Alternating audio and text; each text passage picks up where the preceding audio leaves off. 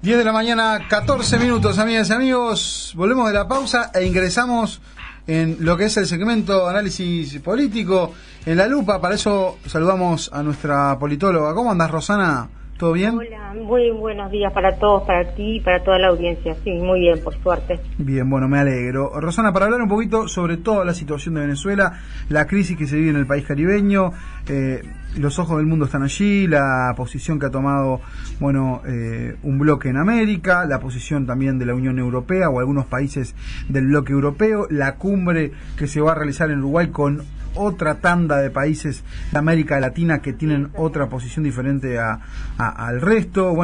Muchas posiciones, un país y un pueblo en el medio de toda esta realidad. Sí, exactamente. Sería bueno que en primera instancia recordemos un poco, porque ha pasado tantas cosas, han sucedido tantas cosas que realmente es difícil que la población uruguaya pueda tener o pueda recordar dónde se inició esta situación en Venezuela. Esta situación en Venezuela se generó a partir de que el Tribunal Supremo de Justicia le quitara todas las potestades a la Asamblea Nacional. Eso fue aproximadamente en el año 2016, ¿sí? El Tribunal Supremo, al hacer eso, obviamente, como la Asamblea Nacional, la mayoría era opositora, quedó la Asamblea Nacional sin tener ningún tipo de potestades, porque todas las potestades las tenía Nicolás Maduro. Ese fue, digamos, el puntapié inicial, donde ahí se empezó a hablar de si estábamos frente a un golpe de Estado o si estábamos frente a un tipo de democracia delegativa. Pero en realidad esta situación generó que la población saliera a las calles a entrar a manifestarse a causa de esta situación que se generó, y que en realidad si hacemos un raconto de la historia, probablemente esta crisis ya venía generándose desde antes de Hugo Chávez. Sí, pero estamos hablando de que es una crisis de todo punto de vista, ¿no? Es una crisis humanitaria, es una crisis política, es una crisis económica, es una crisis cultural, es una crisis en cuanto a la violación de los derechos humanos, pero recordar que digamos, fue como el mojón para tener una fecha y un momento histórico de la vida de los venezolanos. Este fue como el momento histórico. Obviamente que el trasfondo de estas protestas fue la prolongada crisis económica, que ha colocado a la mayoría de los venezolanos en una situación mucho peor que la del año 2014. Están en este momento en una situación mucho peor. Hay escasez de alimentos, de bienes, hay escasez de medicinas, obviamente que también el hecho de que políticos de la oposición hoy en día bajo arresto, eso también fue como que fueron pequeños elementos que fueron generando la crisis que estábamos viviendo en el día de hoy. La verdad que es un hecho histórico, por lo menos que yo recuerde, que un diputado se autoproclame presidente de la República. Yo estuve analizando toda la historia, tratando de buscar hechos similares o parecidos a lo que está sucediendo en Venezuela, y realmente no he visto o no he encontrado ningún hecho como tener un presidente que fue electo, obviamente tomando en cuenta de que fueron elecciones con muchas irregularidades, donde la oposición y algunos precandidatos no pudieron votar, y un presidente de la Asamblea Nacional que se autoproclama como tal. Eso yo realmente no lo había visto, porque inclusive uno da órdenes y el otro no ratifica esa orden. Creo que eso también genera mucha confusión, debe generar mucha confusión en la población venezolana, y particularmente los que están en el medio de esta situación es el ejército. Tenemos que tomar en cuenta que todo lo que está sucediendo ahora en Venezuela, han tratado, la Organización de Naciones Unidas ha tratado de mantener un diálogo, o ha tratado de buscar algún tipo de salida sobre esta situación, pero bueno, también ha sido muy duro en cuanto a sus comentarios con respecto a lo que tiene que ver con una dictadura. Creo que el momento de Maduro está llegando a su final, sí, es lo que creo, y espero sinceramente que esta cumbre que se va a realizar logre calmar las aguas y se pueda hacer una negociación que brinde con garantías para todas las partes, porque quien pierde acá es el pueblo, obviamente. Sí, Rosana, este camino que ha tomado Uruguay, ¿no?, junto con México, que han tenido la iniciativa de esta cumbre, camino medio, digo además porque bueno, la ONU ha expresado que apoya esta cumbre, países como Rusia, Turquía o Cuba no participan, y tampoco quienes están firmemente en contra del régimen de Maduro. ¿Parece ser el camino medio y la solución pacífica? Por más que esto tiene críticas por parte de la oposición venezolana, por ejemplo. Sí, por supuesto. Bueno, lo que pasa es que la oposición venezolana también está acusando al gobierno de temas muy serios, ¿no? De una vinculación de carácter, digamos, corrupto, con el gobierno de Nicolás Maduro.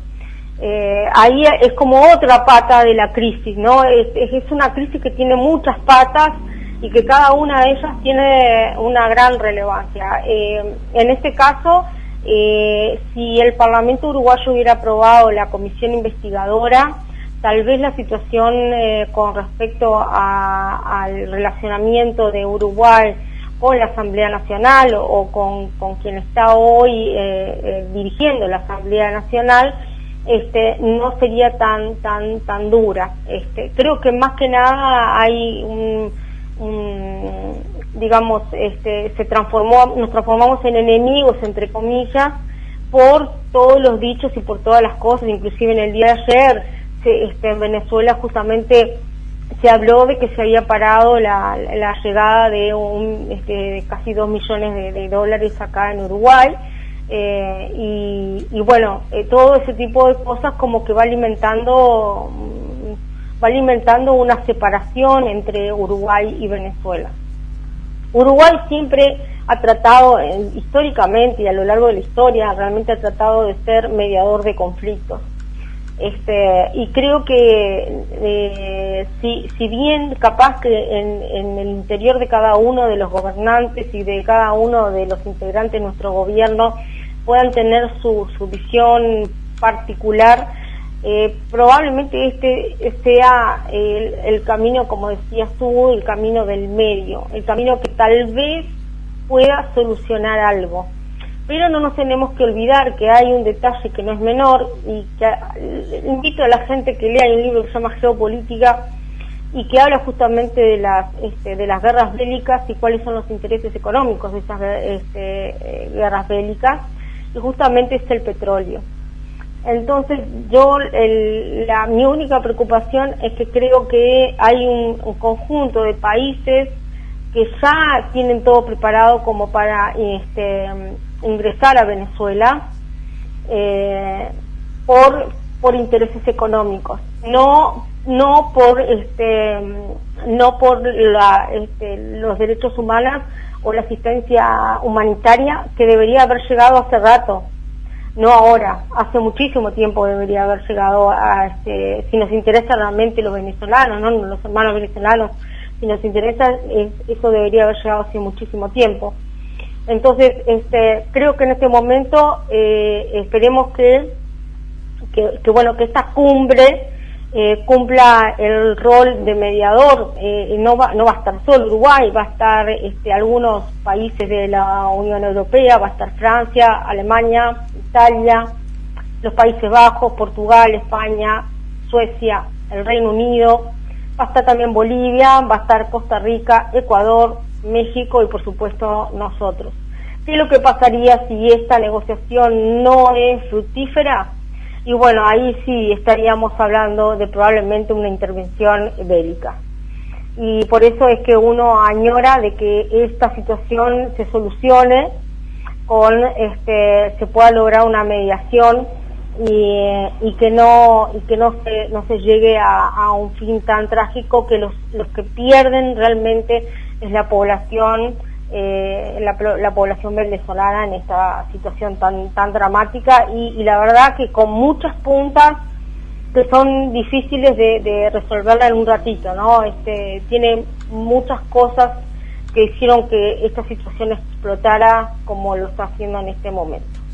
Sí, es complicada la situación. Me quedo con algo que decías vos, ¿no? Ya parece que está agotado el modelo de Maduro, sobre todo hace muy pocos días en una entrevista que realizamos con el diputado del Frente Amplio, Pozzi, él decía que a corto o largo plazo ya veía el final de Maduro, ¿no? Y la salida, sobre todo a corto plazo, dijo el legislador del Frente Amplio. Sí, exactamente. En realidad, este caso me hizo acordar a la situación de Argentina antes de que ganara el Kirchner, cuando el presidente de Argentina se fue en el helicóptero. Bueno, esta situación se asemeja en ese sentido, que me parece que en cualquier momento veo a Maduro agarrando un helicóptero y retirándose, porque no tiene más argumentos, no tiene con qué sostener el gobierno.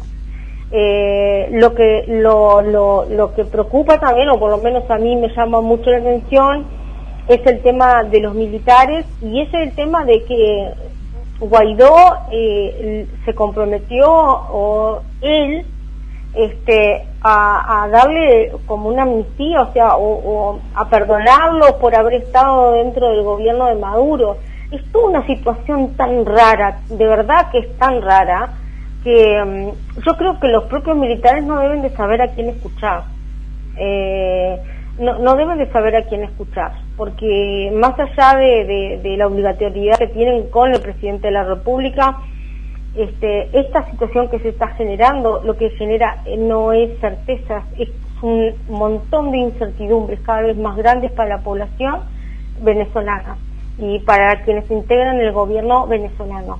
No veo garantías para ninguna de las partes. Creo que esta situación, si este grupo no logra mediar, realmente Venezuela va a tener intervención. No me cabe la menor duda, pero intervención no para derrocar el gobierno de Maduro, sino que estoy convencida de que la parte económica y el petróleo son elementos fundamentales para determinados países con intereses económicos. Correcto, muy claro el análisis. Rosana, gracias como siempre y nos reencontramos contigo la próxima semana. Igualmente, que pasen muy bien. Chao, chao.